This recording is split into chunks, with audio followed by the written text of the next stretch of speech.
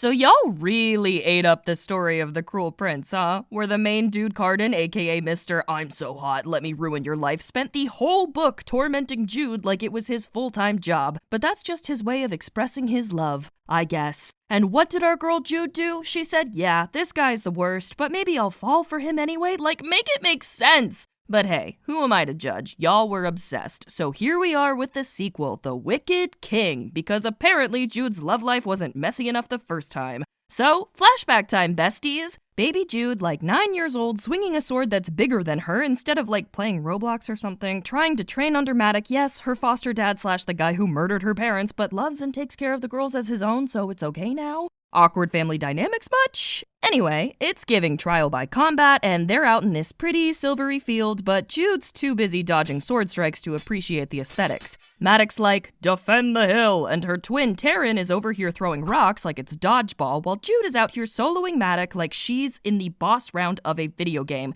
Yay, trauma bonding! Isn't he just a great father? And just when Jude thinks she's got him, Maddox knocks her flat on her butt and goes, power is easier to take than to hold. Like, okay, Shakespeare, thanks for the unsolicited life advice. And then, plot twist, he hugs her. Hugs. Is this the same Maddox as the one in the book? Like, it's totally normal to train a kid with a weapon, make them think they're gonna die, and then get all cuddly after. Comfort smells like smoke and blood. Anyway, Jude files that under things to unpack in therapy later and moves on. Fast forward to the present day, and Jude, oh, she's that girl now. Like, she's giving big boss energy, seneschal to the High King Cardan, yes, that Cardan. The one who bullied her, mocked her, and oh yeah, she's low-key in love with him. But he's sitting there on the throne like a drunk peacock while Jude is juggling life-threatening schemes, political drama, and babysitting her kid brother Oak, who's in a completely different realm. No big deal, right? So there's this court party, right? Lots of twirling fairy dresses and sus vibes, and then enters Grimson, the shady Smith guy who used to work for the previous High King and is also the one who made the blood crown. He's back asking to come back from exile. Jude's like, no, but Cardan's like, sure, come on in. No loyalty oath needed. Smart choices, my dude. Then Mother Marrow rolls up with some nightmare fabric cloth situation that's basically dripping with cursed energy, and Jude's like, hard pass, Grandma. But Cardan being Cardan, he's like, hold, let me think about this. No, dude! She forces them to hand it over for free so Cardan doesn't end up in a cursed marriage. Big brain moves right there. But oh wait! Look! Here comes Locke, aka Taryn's fiance / Jude's ex-boy toy, that's problematic, / chaos incarnate. He's like, can I be master of revels? Jude's brain goes, hell nah, brother, but Cardan's mouth goes, sure, whatever. Jude basically blows up on the spot. Locke announces this over-the-top Hunter's Moon Revel, and Jude's like, this is gonna end in flames, probably literally. Later, she gets a shady little note from Baelkin, Cardan's evil jailbird brother, dun dun da. Cut to the Tower of Forgetting, aka the creepiest prison ever. Jude rolls up looking like a gothic queen on her black horse ready to throw hands. Inside the guard, Volsiber, who has like total troll vibes, refuses to not only light a torch, but he breathes in her face. Where are his manners? So Jude's like, oh okay, knife to your ribs it is. Girl boss. In Baelkin's cell, he's just lounging with a golden tea set being all, plans are already in motion, Jude, and she's like, cryptic much? On her way out, another prisoner grabs her and whispers, I knew your mom, and Jude's like, what the fuck? Mind spiraling, she tricks Volsiber into stepping outside and KOs him with a pin. Nighty-night, troll man. Back at the Court of Shadows, first she offers Volsiber some cheese, then she interrogates him and finds out Queen Orla of the Undersea is plotting with Baelkin to basically drown everything. Lovely. Jude manipulates him into being a double agent because of course she does, then she heads out to spar with the Ghost, aka her moody assassin buddy, and even though she's running on caffeine and pure spite, she holds her own. They chat about being fairy misfits, and Jude has a mini existential crisis. Power, control, why do I even want these things? But anyway, moving on. Then Taryn shows up being all perfect twin vibes, yuck, and inviting Jude to her wedding. Girl, your fiance is your sister's ex-fling, but whatever. She even brings childhood mementos like, aw, remember when we weren't drowning in political schemes? Jude's like, cute, but no thanks. Burns the toys, damn okay, and whips up some poisons because hell yeah, hashtag fairy life. Smash cut to Cardan's chambers, chaos central as usual. He's trashed after a party and someone just tried to shoot him with a crossbow. Jude tracks down Nicasia, sea princess alert, who's like, I wasn't aiming at him, I wanted to kill the girl he was with. Casual. She spills Orla's plan, force Cardan into marriage with Nicasia or she will flood the land. Oh, and by the way, Nicasia said that someone close to Jude is a traitor. Back in her room, Jude's spiraling, replaying all the shady stuff, and she's like, ugh, men. Same girl. The roach interrupts, telling her the living council wants a word. At the meeting, the council is peak annoying, doubting Jude at every turn. Randolin even threatens her, get Cardan under control or we'll find someone who will. Jude storms out and runs into Maddox, who's like, join me, together we can rule fairy, father-daughter edition. Jude hits him with, I already won, old man, and he's just like, game on!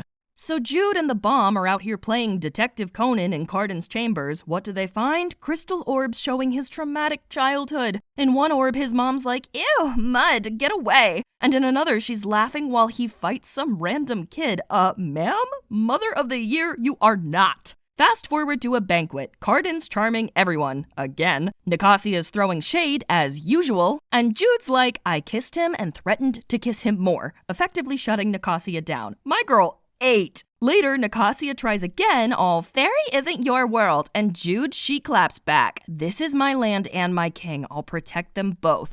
Did she lie, though? The next morning, Jude's just trying to vibe when she catches Tatterfell, Maddox's maid, cleaning her room. Homegirl's holding Cardan's trousers, awkward, and scolding Jude about the mess. Apparently, Maddox transferred her service as some weird debt repayment. Jude's all, sus. She accuses Tatterfell of spying, but Tatterfell's like, girl, I'm just here to clean and fulfill my vows. Enter Taryn. She waltzes in like, surprise, I copied your key, and hands Jude some old clothes and a ruby ring from Maddox. Jude's side-eyeing her hard, like, what's the catch? Turns out Taryn wants Locke ousted as Master of Revels because he's basically Fairy's answer to a toxic party bro, and she still wants to marry him?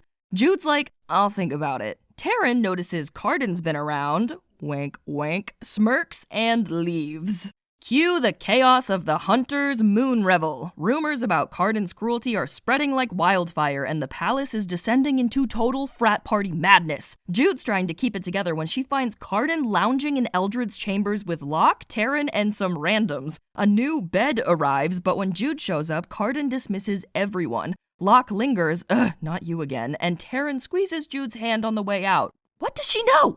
Jude's like, by the way, Locke needs to impress Grimson at the Revel, but Cardan waves her off, calling it a performance. Then Jude pitches extending her control over him for a decade. Cardan's like, hard pass. He tells her to trust him or get Oak ready to rule. Jude flips, warning him to keep Locke away from Taryn. Cardan teases, what if I seduce Taryn instead? Jude's like, don't you dare. Cardan smirks, your sister will be as safe as I can make her, leaving Jude absolutely fuming.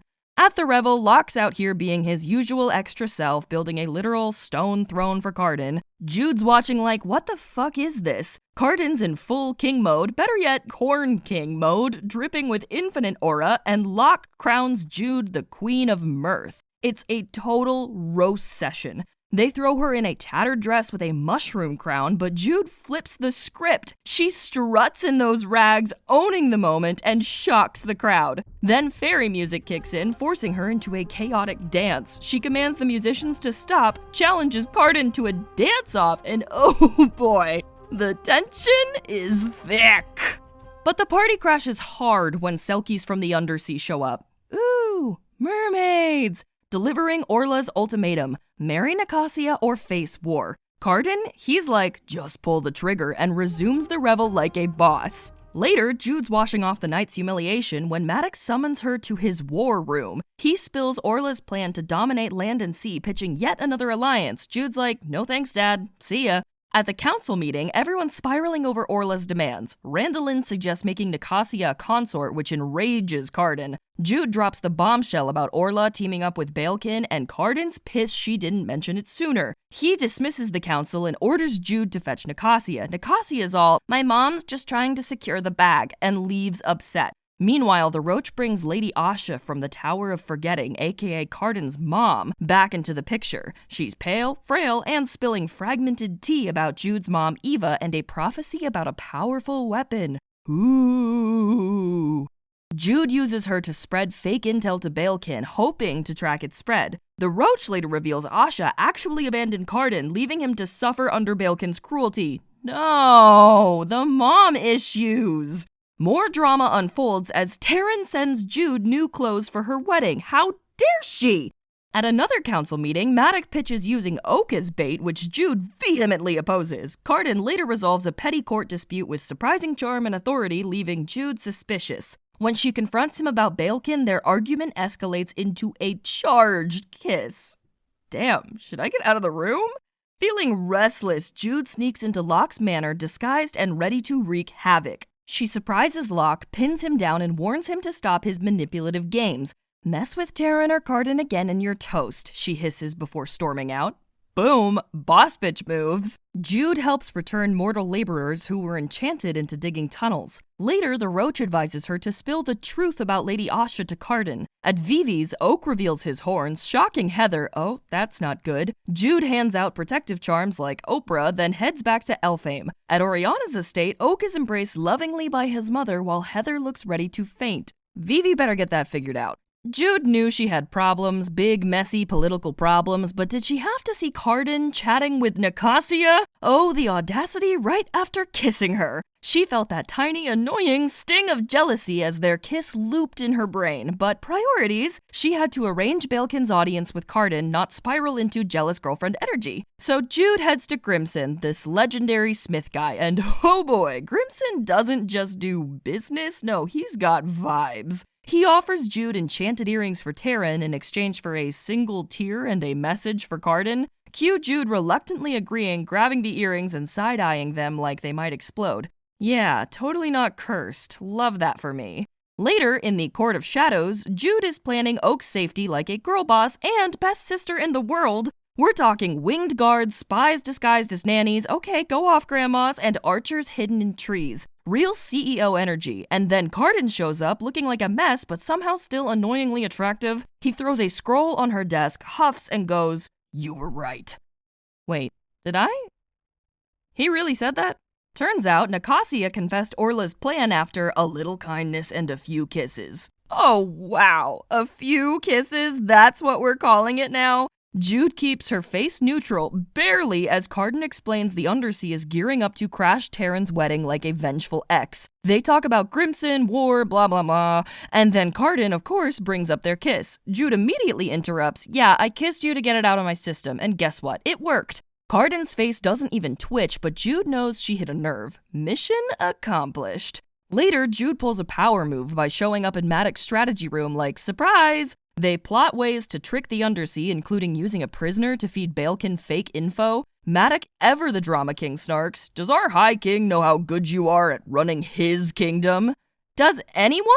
Fast forward, Cardan meets Balekin, and hoo boy, Balekin is radiating main villain energy in a Netflix series. He demands freedom, and Cardan, cool as ever, is like, "You're in jail because it's just, bro." And Jude, she just watches Balekin's face twist like someone took his Wi-Fi away. But then, it's ambush time. Jude tries to go to Maddox, but gets attacked by literal skeletal riders. What? She fights them off, bleeding and limping, and finally makes it to Maddox's estate. Oriana's there, panicking like a mom whose toddler just discovered scissors, but Jude reassures her Oak is safer in the mortal world, and less likely to be assassinated by, skeletons. Next up, Taryn's wedding. Jude sneaks around trying to keep Oak safe, but Cardan shows up and teases her about her dress. "Is that what you're wearing?" "Oh, come on, boy, you find her pretty, just admit it." "Yeah, it's called fashion. Look it up." But underneath all the banter, Jude feels weirdly uneasy about her feelings. Ugh. Then chaos hits. The Undersea attacks, and Jude finds herself in the Tower of Forgetting, freeing Lady Asha, but realizing Balekin escaped. Oh, and plot twist, the ghost stands alongside the Selkies and realizes that she's been betrayed by this bastard. Fuck! As they take her to the Undersea, where she wakes up breathing water in a coral palace, Nicasia, ever the mean girl, accuses Jude of tricking Cardan into liking her. Yeah, because manipulating a High King is so easy. Nicasia uses magic to torture Jude, typical, and Orla, Baelkin, and Nicasia reveal plans to make Cardan irrelevant, which is bad. Like, really bad.